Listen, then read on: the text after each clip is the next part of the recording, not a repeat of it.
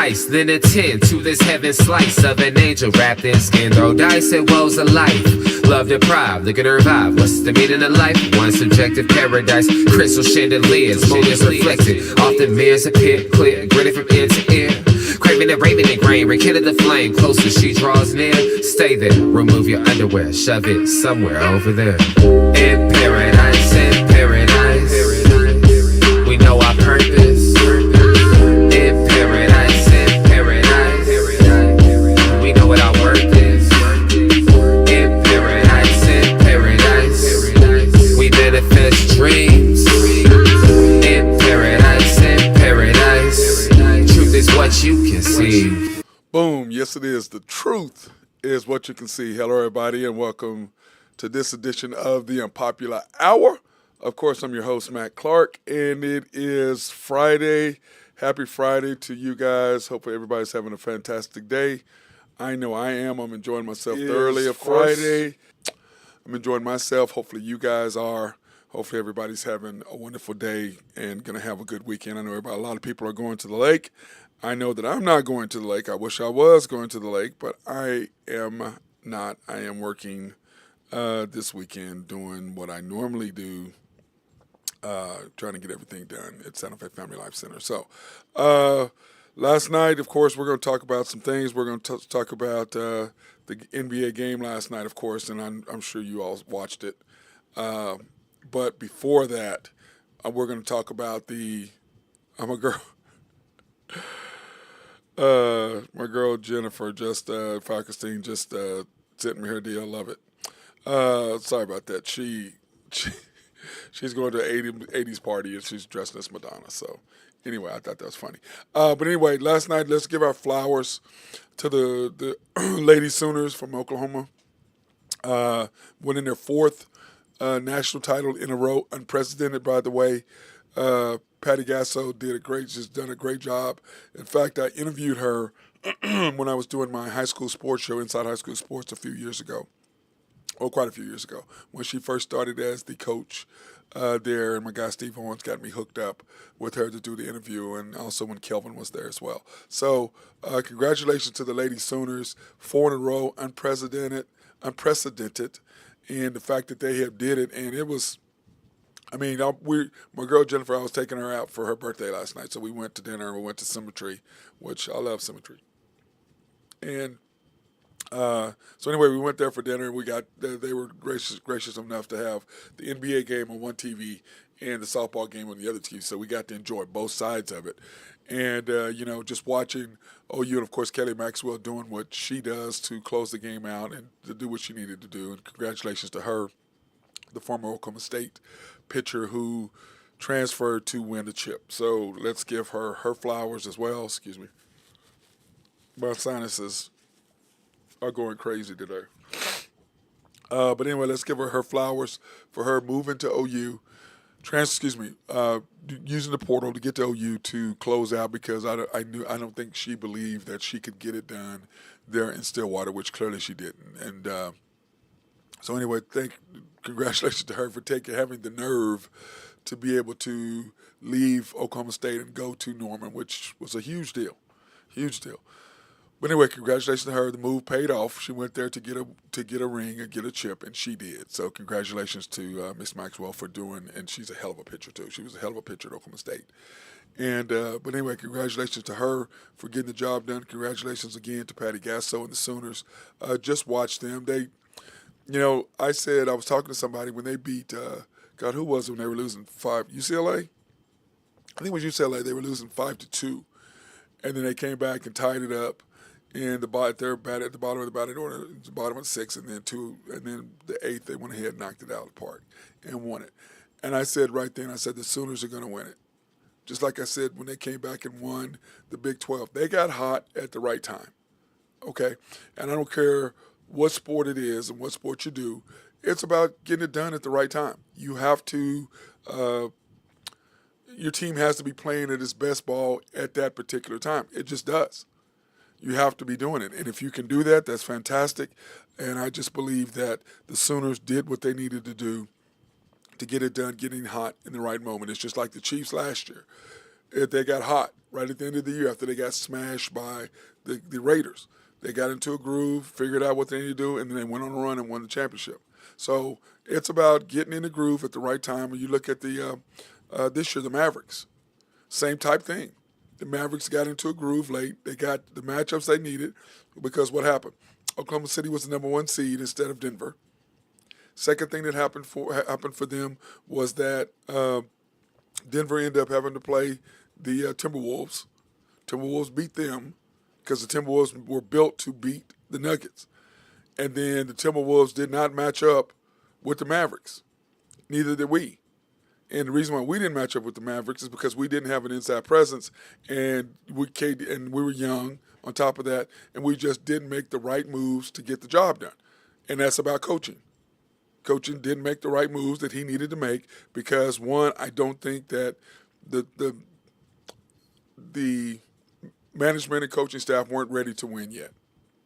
I don't believe you're ever going to win with this guy as your coach. He doesn't. His philosophy and what the Thunder are wanting to do as a team, and you ain't going to win jack shit that way. You're just not. You have a superstar, you go through your superstar, and you build everybody else under him, and you put everybody in a role.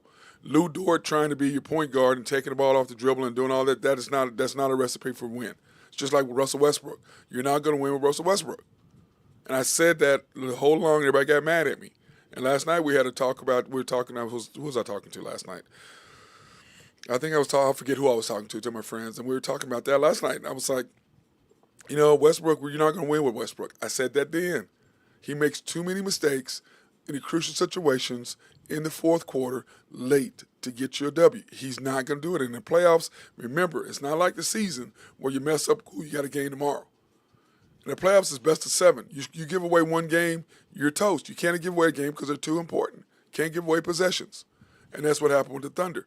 And then when you look at the Sooners, to get back to them, what ended up happening with the Sooners is really simple. They got the pitching they needed, but what they got the most is hitting when they need to get hits. Last night, they were down, came back, got up. Texas come back to scores. What do they do? Walk, single, hit better, boom, single. That's how you score. They are patient. They are aggressive at the plate. They wait on the pitch they know they're going to hit. They force the pitcher to give them what they want, and they take advantage of it. You look at the Oklahoma State Cowboys. My guy Drew Henthorne and I were talking about that, how frustrating it was that they're sitting there waiting on hits. They're waiting on the pitcher. Ball. How many strike threes did they take? Dude, you got to be aggressive at the plate. And that's the thing that OU does, and Patty Gasso does with her girls, is that when they get down, they get aggressive. When they get up, they get aggressive. They're just aggressive.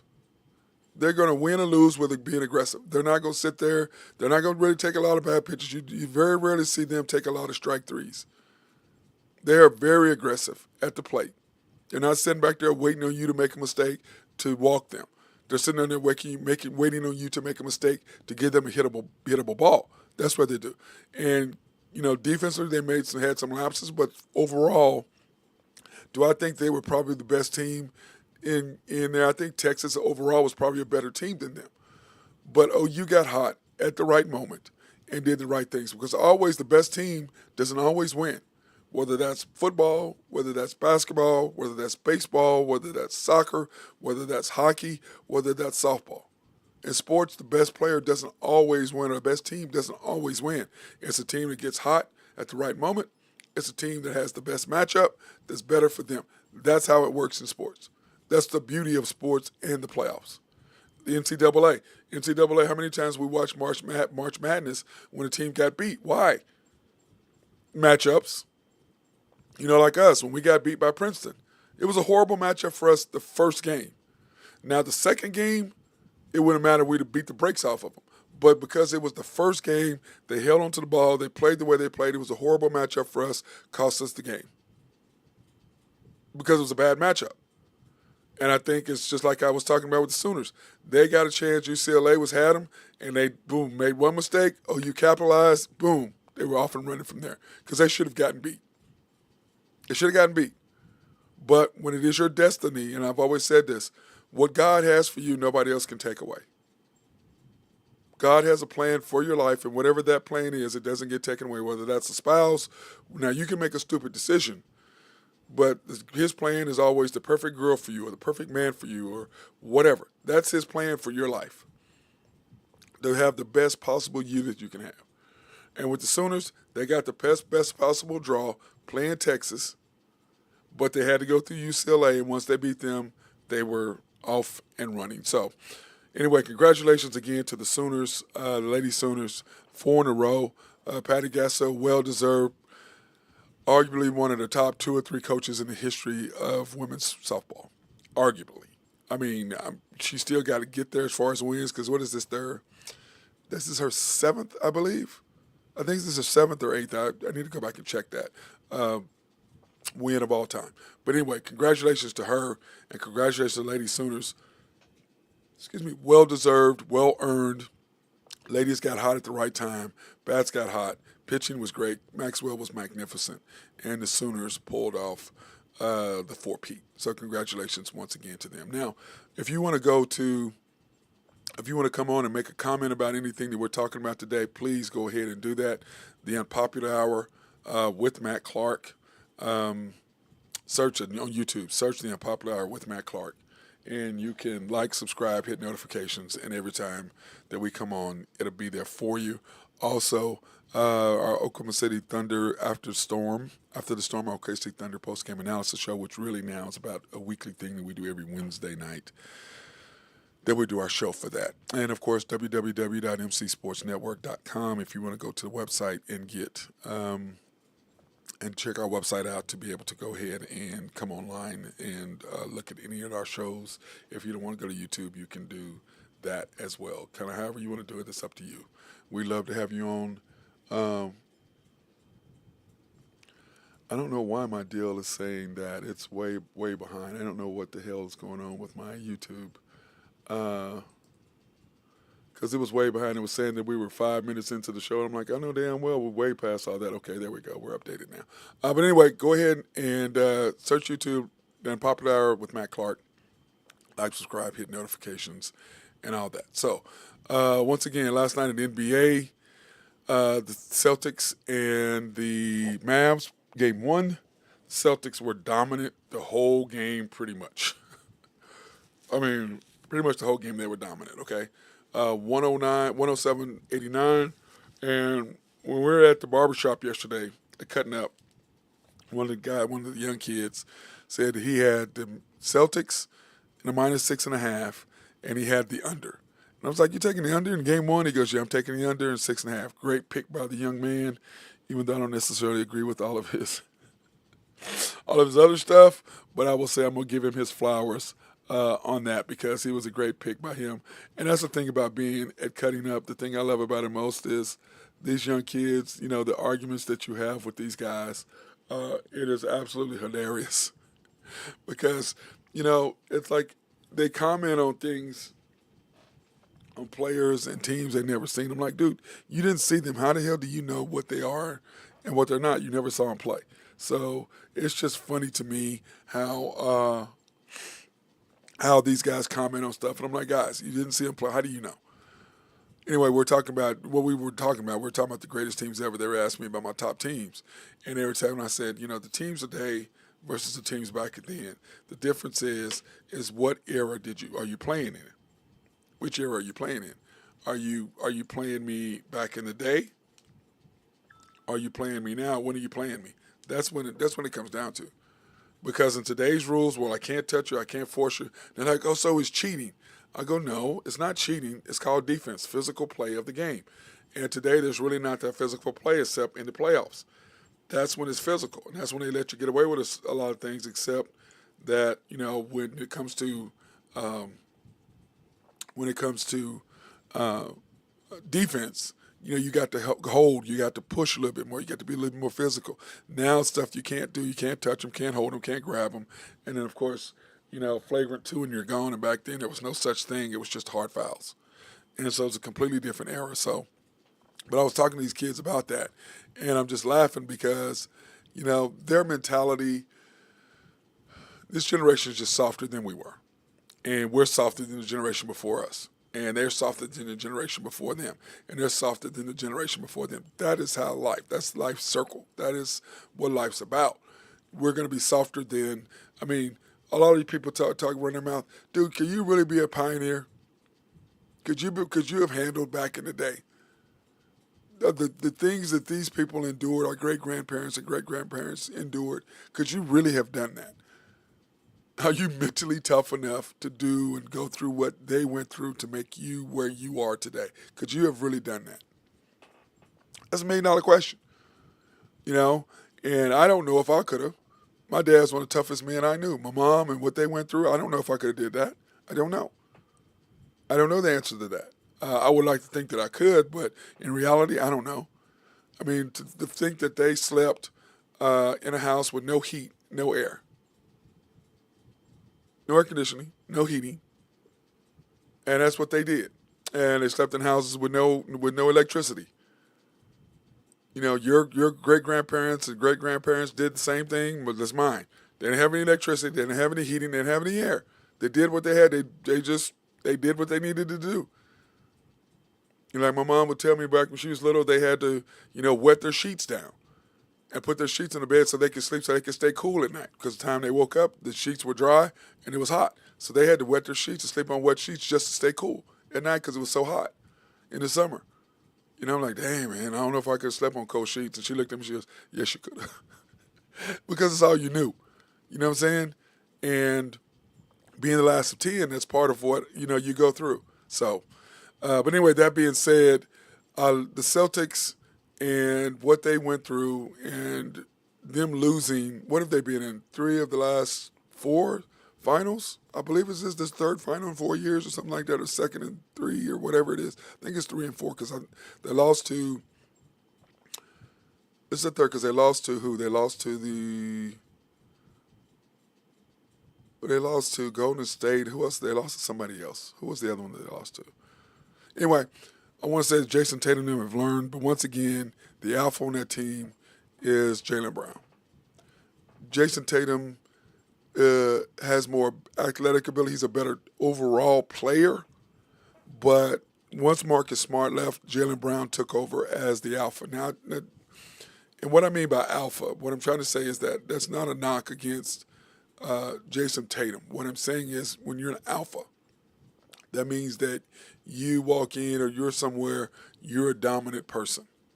You have the dominant personality, you have the dominant mentality, you're a dominant person. That's what an alpha is. And in basketball and football and baseball and all sports, there are alphas. And there's always the alpha, which is the guy that comes in the room. It's just like, I was in this one particular place one time and people were talking about, oh, I got this much money, blah, blah, blah. And they're bragging about, guys do what guys do when they're having cocktails. And then what I said, the guy walked in and there was kind of the silence. And I looked around and I was like, oh, there's a hierarchy to the rich too. So the big dog just walked in, the alpha, and they're all trying to spurt around like they're alphas. And then the alpha walked in, the big dog. And they all kind of went, he just walked in. And that's the same thing with the Celtics with Jaylen Brown. Jaylen Brown is the alpha. He is the man. On the Mavericks, it's Luka Doncic. He is the alpha. He's the dude. Now, Kyrie is also an alpha, but Kyrie understands the team runs through him, through Luka. And then Luka's also said, okay, I now have another alpha with me. I can give him some control too. And when you look at the Celtics, that's what you're seeing. Jaylen Brown took over, and Jason Tatum's like, okay, he's got this. I'll just contribute here and there. Because he didn't really need to do anything because the Celtics were rolling. And you look at Porzingis, 18 in the first half, first quarter, he was dominant. The Mavericks don't have an answer for him.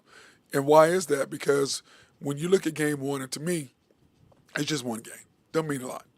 Remember, we kicked the Mavericks' butt too one time, remember?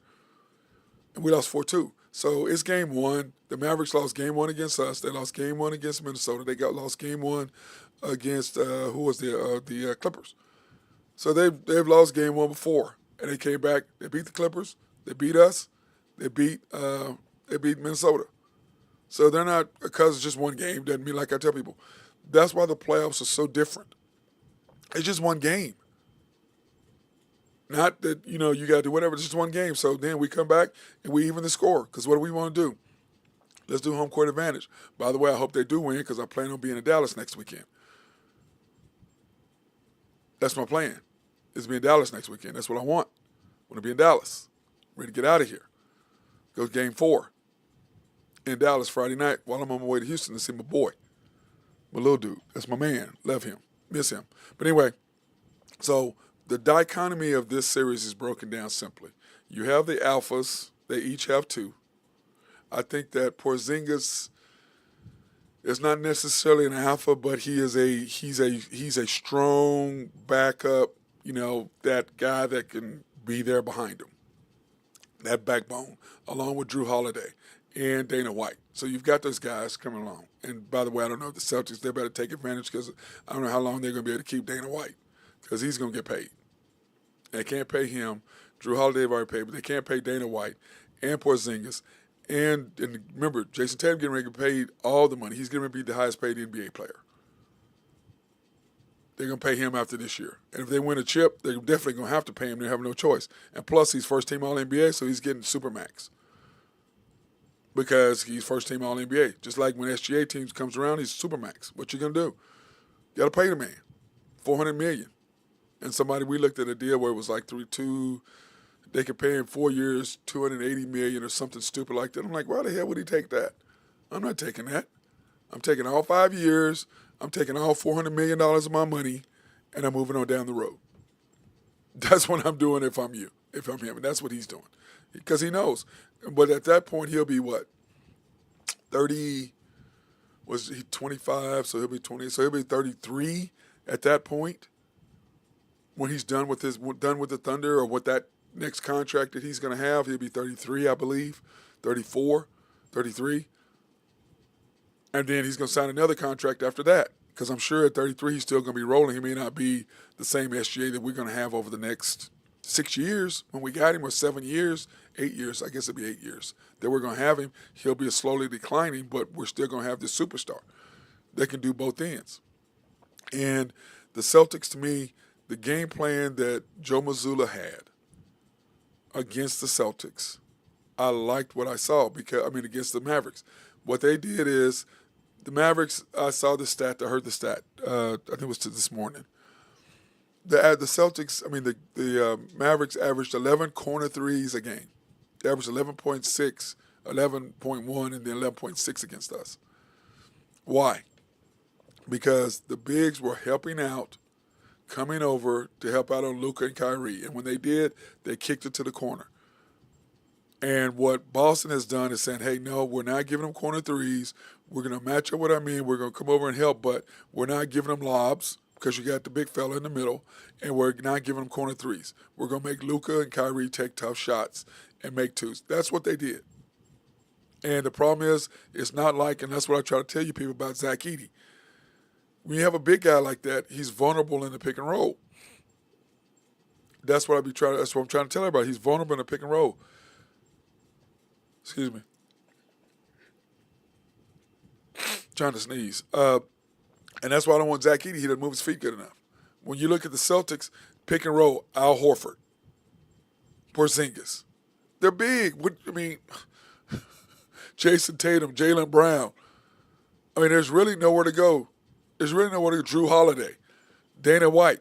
That when they switch with you, there's really no easy matchup. And then also what they did is on offense, they came around, so they made Luka work on offense. They made Kyrie work on offense. And then defensively, every time they could find who's Luka guarding. Okay, come on, bring him over here. And they put him in one-on-one matchups. And Luka asked out in the first quarter. Why? Because he got tired. Now, Kyrie is a different animal on defense because he's more of a two-way player than Luka is. But what did they do? The Thunder didn't attack Luka. The Celtics did. The Thunder trapped Luka or brought the corner guy over to help and left the corner wide open. Minnesota did the same thing. The Celtics said, we're not doing that. We're going to if they make the tough two, they make the tough two. But we're not going to give up the easy three from the corner. We're going to wipe that out. So, that being said, what is Jason Kidd going to have to do to counter? Well, one thing you got to counter is you know that they're not going to have 7 players make a minimum of 2 threes. Now, the Celtics make a lot of threes. Okay, the one thing is you got to do, you got to counter that. Okay, so to me, it's like, okay, you stay up on your man, you make them take tough twos. If they're shooting fadeaway threes, that's fine. But Tatum is going to do his. Jalen Brown's going to do his. Okay, they're going to do this. Porzingis is going to hit the three. Now we got to stop Drew Holiday from hitting threes. We got to stop Pritchard from hitting threes. We got to stop Huber from hitting threes. It's what we got to do. We can't give up those three because they're going to stand in the corner and just wait. So all he's going to do, they're going to stand there and wait for the shot. Pritchard and him, they're just stand there and wait. So the Mavericks going to have to do a better job of matching up now. Now, whether Gafford, I don't know if he can play in the series because what he did against us, he can't do against the Celtics. Because why? Because their bigs can shoot it. So he has to go out. He can't come in and beat up everybody inside because he has to go out and guard Horford. He has to go out and guard Porzingis because they're deadly from three, and they know that. So he can't really help out. So Jalen Brown, those guys there are just tacking the paint. Why? You have no shot blocker. Lively, he's more active than Gafford is, and so maybe he can come in and help out. But that's what they did. They said, okay, look, what we're going to do is we're going to spread the floor, and then we're going to attack. And if you move off, we're going to let our big men hit the three. And what was Chet? 40%. Or is our bid? What did we shoot for the series for the Mavericks? 40%, 30%, 30-something percent? We had one guy who was making shots, SGA. Why? Because he's on a different level than the rest of our players. And for me, as far as I'm concerned, as a coaching staff, you need to change your damn philosophy. You have a superstar. And remember, part of the Thunder's problem is they talked about this in the Athletic this past summer. Can this guy coach a superstar? As of this point, the answer is hell no, he can't. Now, are they going to have to come back and readjust their philosophy? 100%. Our coach is fantastic at developing players. We're developed. Now we need a coach who can put our players in the right position. That's where the Thunder are at. That's where we need to be, and that's what we're doing. And you look at Missoula, what he's done with the Celtics, he's changed their philosophy. Because on Udoka, what did they do? They were defensive-oriented first, offense second. The Celtics now are offense first, defense second. They can defend all five positions. All five of their players can defend. All five of their players can shoot it. All five of their players have everything you need, which is what the Thunder are trying to do. And we are a lot like the Celtics and the Thunder, are trying to get there to where we are matching up where we're guarding the perimeter. Remember, I went over the stats yesterday or the other day about what we are as a perimeter defensive team. We're fantastic, but we had to get better. So that's where the Thunder are, and that's what the Thunder are capable of doing, is growing into that. But we're still short of two things. We need two bigs, or if you're going to get rid of Isaiah Joe, which I'm okay with, give me another guard who can shoot it, who's a little bit taller, who's a little bit thicker, who can defend the three-point line, defend the perimeter, and then can actually score too as well. So give me that, and then give me somebody in that can help Chet. Because Jay Will definitely got exposed against the Mavericks, and I still can't believe he gave up a damn rebound on free throw. That just killed us and killed what we were trying to do. So that being said, let's go ahead and thank our sponsors, SRB. If you have needs for engineering, surveying, and planning, hit our guy up. He is fantastic. Mark Long, being behind the scenes, they can do everything that you need to lay out your new complex, or if you have a dam in your neighborhood, or if you have water treatment plant, if you're a city or county government, you got a water treatment plant, hit our guys up. They're fantastic over there at SRB in getting all that stuff done for you. Collaborative Logic, if you have needs for computers, software, or software to make your office run smoother, they can do that, as well as website design. They did our website at www.mcsportsnetwork.com. Oak Grove Trucking, if you have needs for dirt, rock, or sand. In fact, I saw my boy Jose last night. I guess he's back from Vegas. Good to see my guy last night. But if you have any needs for dirt, rock, or sand to be moved, hit our boy Jose Fierro up there at Oak Grove Trucking. And then, of course, YNB, family owned and operated since 1912. They are the bank that makes things happen. They're an equal housing lender, member of the FDIC, proud sponsor for us to go out and support women, minority, and black-owned businesses in the OKC area. You can pre-qualify online at www.ynbok.com. That's www.ynbok.com. Or you can go to the 5 locations, the main bank at 401 Elm, 66 steps from historic downtown Yukon, YMB East, which is off the Parkway and 66 or 39th Expressway. YMB Mustang, 218 North Mustang Road. YMB Parkway, which is off Garth Brooks and I-40. And according to our guy Nathan Taylor of YMB, 212 steps from I-40 if you walk around the one Volkswagen. That's what he says. I don't know. I'm not going to walk it, so I got to trust him. And of course, YMB Peoples located in Bethany on 23rd between Rockwell and MacArthur. And then Shelter Insurance, the Mark Pemberton Agency, located 4609 Southeast 29th in Dale City, Oklahoma, 405-670-2424. Open Monday through Thursday, 9 to 5. Already closed today because it's after 1, 9 to 1 on Fridays. Closed Saturdays and Sundays, probably serving the Middale area since 1982. That's 1982. Now, the next NBA game is, and we're just going to talk about this in advance, will be tomorrow night. The Mavs, is that right? It is tomorrow, isn't it? Let me see. I believe it is tomorrow. I want to believe it is tomorrow for whatever reason. I'm pretty sure it is. It is Saturday. Tomorrow, yep, Saturday.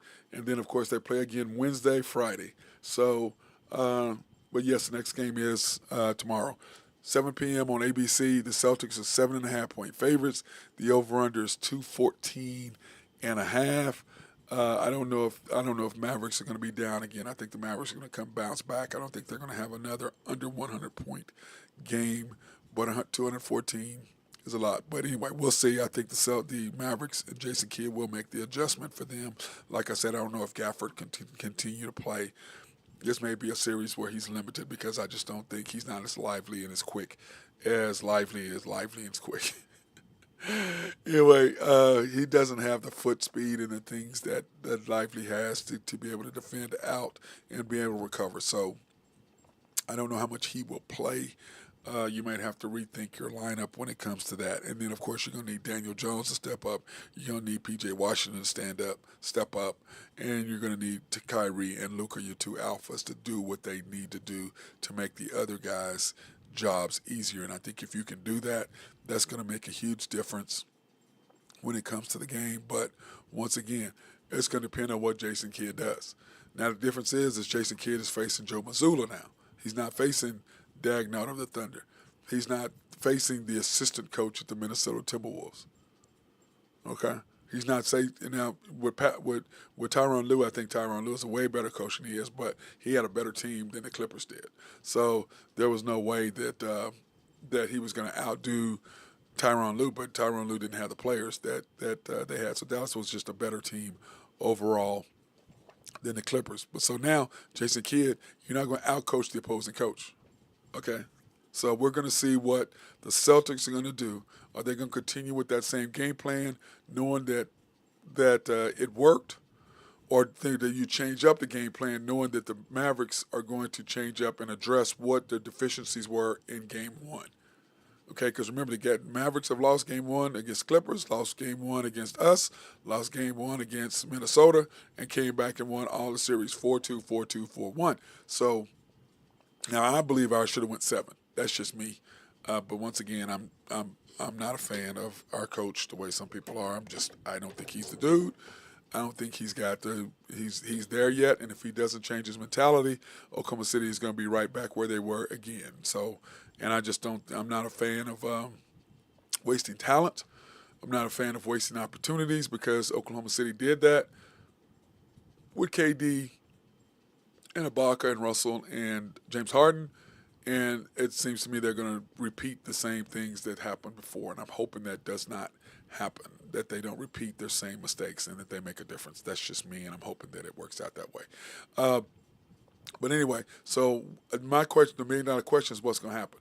My feeling is the Celtics are going to come out doing the same thing that they did in Game 1. And if the Mavericks come back and match that, then I think that they will make an adjustment. Because remember in the third quarter when the Mavericks came back from what were they down? Because I know Jennifer and I were watching the game, and I was like, hey, don't worry about it. It's early. She goes, they're killing us. I go, it's early. And what did they do in the third quarter? The Mavericks do what the Mavericks do. Made the adjustment in half and came all the way back, got it down to 11. Celtics called timeout, changed up their rotation on what they were wanting to do, made adjustments, 14-0 run after the timeout. 14-0 run, boom, after the timeout. Made all the difference in the world. So it's the adjustments that you make, and that's the Thunder did not do. The Thunder did not make adjustments. That's what killed the Thunder. He stayed with his. They made adjustments. The Thunder stayed with what they stayed with. Once again, a coach who understands, a coach who's been there, a coach who hasn't. Coach has one philosophy. Hey, here's our two alphas. When this guy's going, we're going. But then they also know that when one is going, the other. It's just like last night. You saw Jaylen Brown come out, Porzingis come out.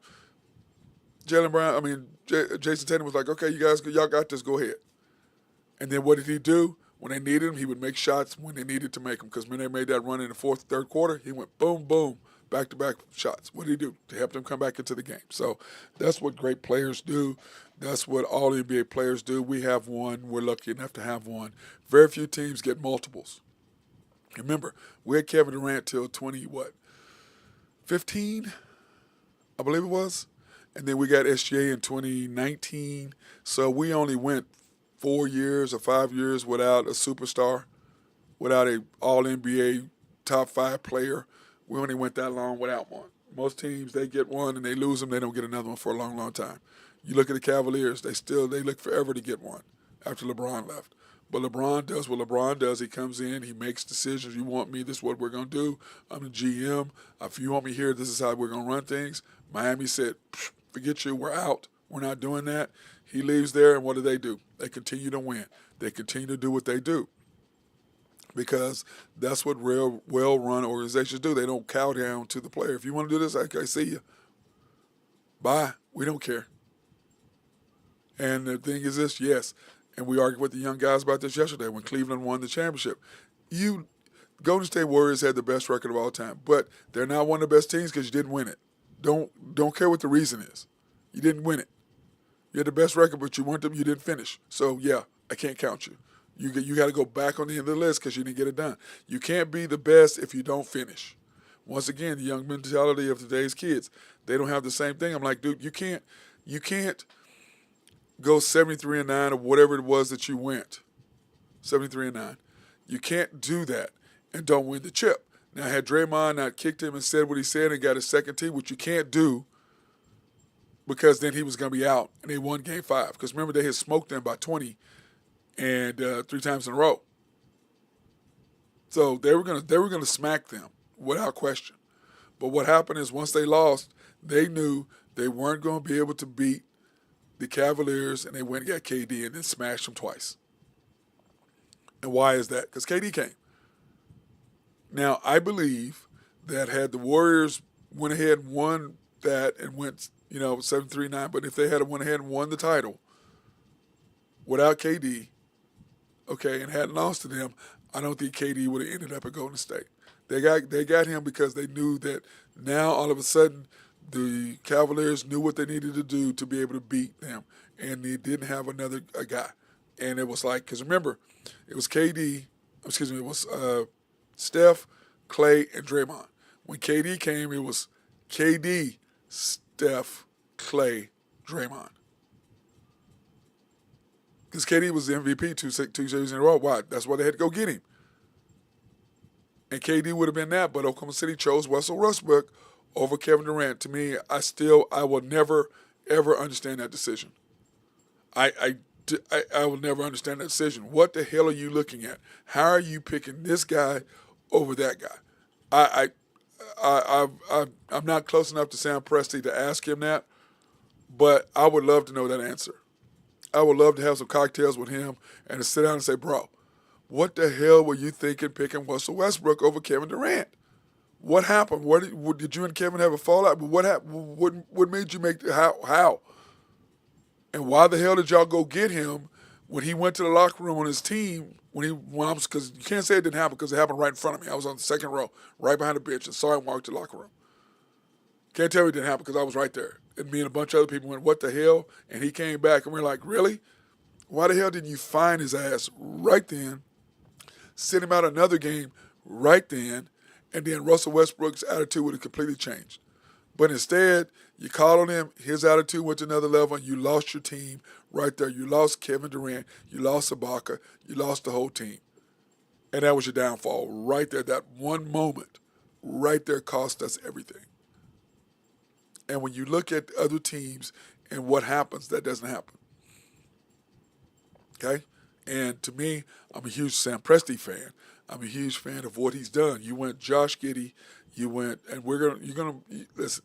Poku and Baisley, those things happen. Jang, I think he's another one that's gone. And then they're looking at, these teams are going trying to draft all these European players.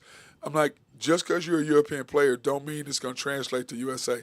Don't mean you're going to get Giannis's or you're going to get a SGA. Because those guys, remember, Giannis didn't play over here, but SGA did. Joker didn't play over here. Luka didn't play over here. Okay, that's 3 guys who didn't play American basketball in college. Came straight from over there. But other than that, everybody else is okay. Porzingis, he's okay. But you look at your stalwarts of who played and who's consistently in the top deal. It's like we talked about. When you look at the top, if you did the All-Star game, the Europeans are international players versus the Americans. You'd have SGA, Luka, Giannis, Embiid. Well, Embiid's America. I'm sorry.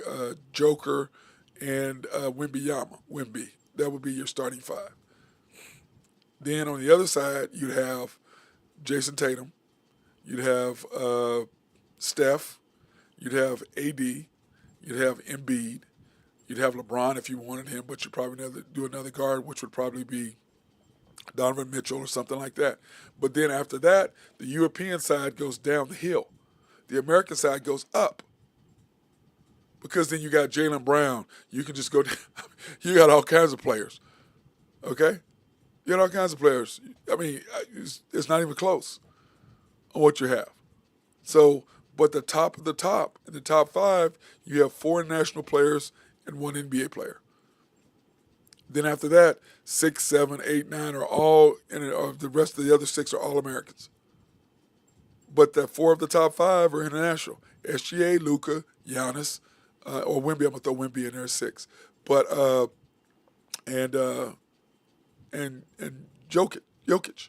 Those are your group. That's where you're at. So to me, that's kind of where the Thunder are needing to go because and I saw an interesting take that the Celtics are more. What is the word I'm looking for? They are more mature and a more balanced OKC Thunder. It's the same type. You got 5 guys who can guard the perimeter, which is what we have. Remember when we did our stats on the NBA player? Let me see. Do I have that up where I can pull that up? Let me see. Excuse me. Yes. Okay, here we go. You look at last year to this year for the Thunder. Okay? Let me see if I can fix that. It drives me crazy. I had that fixed on on my show after the storm. Anyway, here's the thing. When you look at this, okay? What do we need to fix? Outside shooting. We needed to fix perimeter defense and inside presence. So last year compared to this year. Points, we were up 3 points a game. We still finished 3rd. Defensively, we went from 20th, giving up points, to 14. I mean, look at that. We improved by 3 points, and we improved by 3 points offensively and defense. That's a lot of damn points in the NBA. That's a lot of points, okay? So you look at what the Thunder did. That's what I'm saying about Sam Presti and what Sam Presti did. Look at field goal percentage. We were 24th last year. We were 3rd this year. Defensively, field goal percentage, this is perimeter defense now. We were 17th. We went 3rd. 3-point percentage, we went from 18th in shooting to 1st.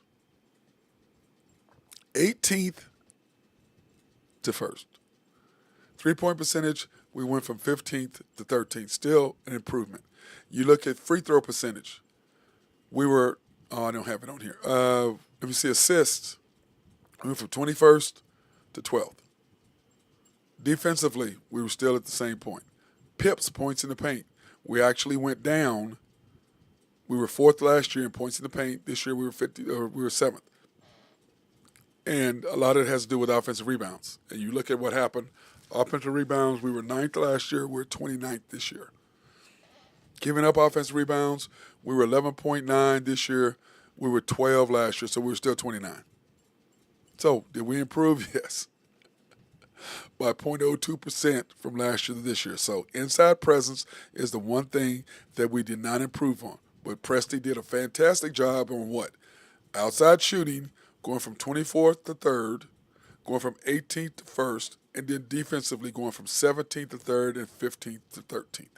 So he did what he needed to do to get us there. So you got to appreciate what Presti did as far as making our team that much better. So the Thunder are now, in order to compete with Mavericks and in order to compete with the Celtics, what are the Thunder going to have to do? This draft is imperative that we improve our inside presence. Okay? That's what it comes down to. It ain't rocket science. It is not rocket science what we need to do. We need to improve our inside presence. That's it. Okay? And then when you look at the Thunder roster, and we pop this up right here, here's the Thunder roster. Your guards that you can go after. Remember, here, in fact, I have our free agency deal on here too. The guys we have a free agency. But you want to go after Malik Monk if you're going to replace Isaiah Joe. He's bigger. Remember, Malik, before he got hurt for the Sacramento Kings, he was going to be the sixth man of the year. Love me some Malik Monk. Then Klay Thompson, to me, is just too old. He's kind of would be the same thing with Gordon Hayward. I mean, he just doesn't fit with what we are trying to do. It makes zero sense. Forwards, you want to keep Aaron Wiggins, because what I did, guys, everybody in highlighted in bold are guys that I would like to have. And if I'm gonna replace Isaiah Joe, I'd love to get Malik Monk, or I like the Devin Carter kid. I like him as well. But anyway, with draft picks, he's coming out of school. Then I got Aaron Wiggins. You just got to keep him. Now OG, I don't think there's no way in hell the Knicks are going to let him go. He's going to sign with the Knicks, a big, huge contract, because their record with him was outrageous. So I don't think he's going anywhere. Then, of course, I want Miles Bridges, because I love me some Miles Bridges. I think he would fit fantastic with us. That gives you the chance to get rid of Lou Dort, because as our guy Drew Hinthorn says, your time to get rid of Dort and the trade value you can get for him is not going to be any higher than it is. Okay? Not going to be any higher than what it is. And then centers, you can go after the Hardenstein kid or Nick Claxton, either one of them. And I don't think the Knicks are going to let Hardenstein go either. So I got two Knicks players that I'm trying to steal, but I don't think they're going to let either one of those go. Hardenstein maybe is going, if they're going to let one go, that would be the guy. But they can't afford to pay him what we can afford to pay him. And what is he, 25, 6? So why would he not want to come here and play with us? A young team that's athletic, that's missing a big man. He'd be playing along Chet. He'd have more role on the offense. Why wouldn't you want to do that? I just think that it would be something he'd want to do. But the question is, man, leaving NYC for OKC, man, I don't know. And then, of course, Nick Claxton, big, huge body, would help us tremendously on the inside part. And then, of course, drafting Tyler Smith. I'm with Nathan Taylor big time on that. It took me a while for me to come alongside with what he was saying, but I'm with him. I'm with him. I like that kid a lot, but I think that if the Lakers end up getting Hurley, I think that they're going to end up taking the Lakers. They won't be able to get Clean because he'll be gone, but he knows everything about him. So the Lakers will need what? You don't necessarily need a big man, but you need some guards, and Hurley knows all the guards. He knows who can play and who can't, because he's either coached, played against, or seen play. So he would be able to get that and get a good opinion. And then trade options, that's what you have. You can go get any of these guys, and of course, I love Josh, but you have lost Josh, Lou Dort, Isaiah Joe is not on the options, and then Jay Will. And then those are your first-round picks that you can have if you want to get rid of them. So the Thunder are in perfect position, to me, to make a run next year. But drafting a guard. If you draft a guard, Isaiah, like to me, and Drew and I have talked about this before, I think Isaiah Joe's time has came and left with the Thunder. Now I know the Timberwolves are targeting him. That's fine. He's gonna be less. He'll be more dangerous for them because they've got so many other things going on that he's not gonna be the guy like he is for us. When he's in the game, they know what the hell he's gonna do, and they've run him off his spot. And it started towards the end of last year. Came out this year. SJ was doing what SJ does, then allowed him. And then as the season went on, his numbers slowly dropped. Aaron Wiggins, you have to keep him because his numbers slowly dropped as well. 30% in the playoffs is just unacceptable. But first time there, but you keep him because he's a Swiss Army knife. He can play D. He can bring the ball up the court. He can shoot. He can attack the basket. He can finish at the rim. So that guy, I'm keeping him. Okay. And then what does that leave me with roster wise? Okay, that leaves me with SGA, J Dub, J Will, Kaysen, and like I said, to me, Dort is on the deal. I want to keep, but I'm gonna keep Dort for now, so I'll stick him in there. I love to keep Josh, but I don't know. It's kind of like what Drew said. He believes that Josh needs a new start somewhere else, and that's probably true that he does need to start somewhere else. So, but we'll see how that goes. And like I said, I love our team. I love what we're building. I do believe we got cut short because of coaching. This guy he did make the right decisions, and like I said, I think he's good at two things. Fantastic at building up players, developmental. I think he's great at that. Out of bounds plays only when Josh is the one throwing the ball in, and that's it. Other than that, he's horrible at lineups. He's horrible at visioning and seeing what the floor of the game. He doesn't get it. He just doesn't. And you can get mad at me all you want to, but he doesn't. He just doesn't understand the flow of the game and how things work. In the fourth quarter, J-Dub should not have played the whole fourth quarter. When you made 2 runs with him on the bench.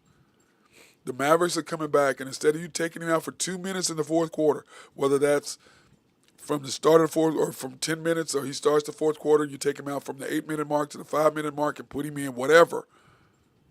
You didn't do it because you're building his confidence. We're trying to win damn games. Take him out. You made 2 huge runs with him on the bench. You made 0 runs with him on the floor. 2 huge runs to separate yourself from the Mavericks twice. And you don't take him out when you need to get to a Game 7 back here in Oklahoma City. Can you imagine what it would have been, the buzz would have been like here in Oklahoma City? So, that being said, look, I hope everybody has a fantastic weekend. Everybody's going to the damn lake, so y'all go enjoy yourself. I've got to work. I've got to do what I got to do. But y'all go out and y'all have fun. For me, enjoy yourself for me. And remember, I'll be thinking about you. Have a great day. Have a great weekend.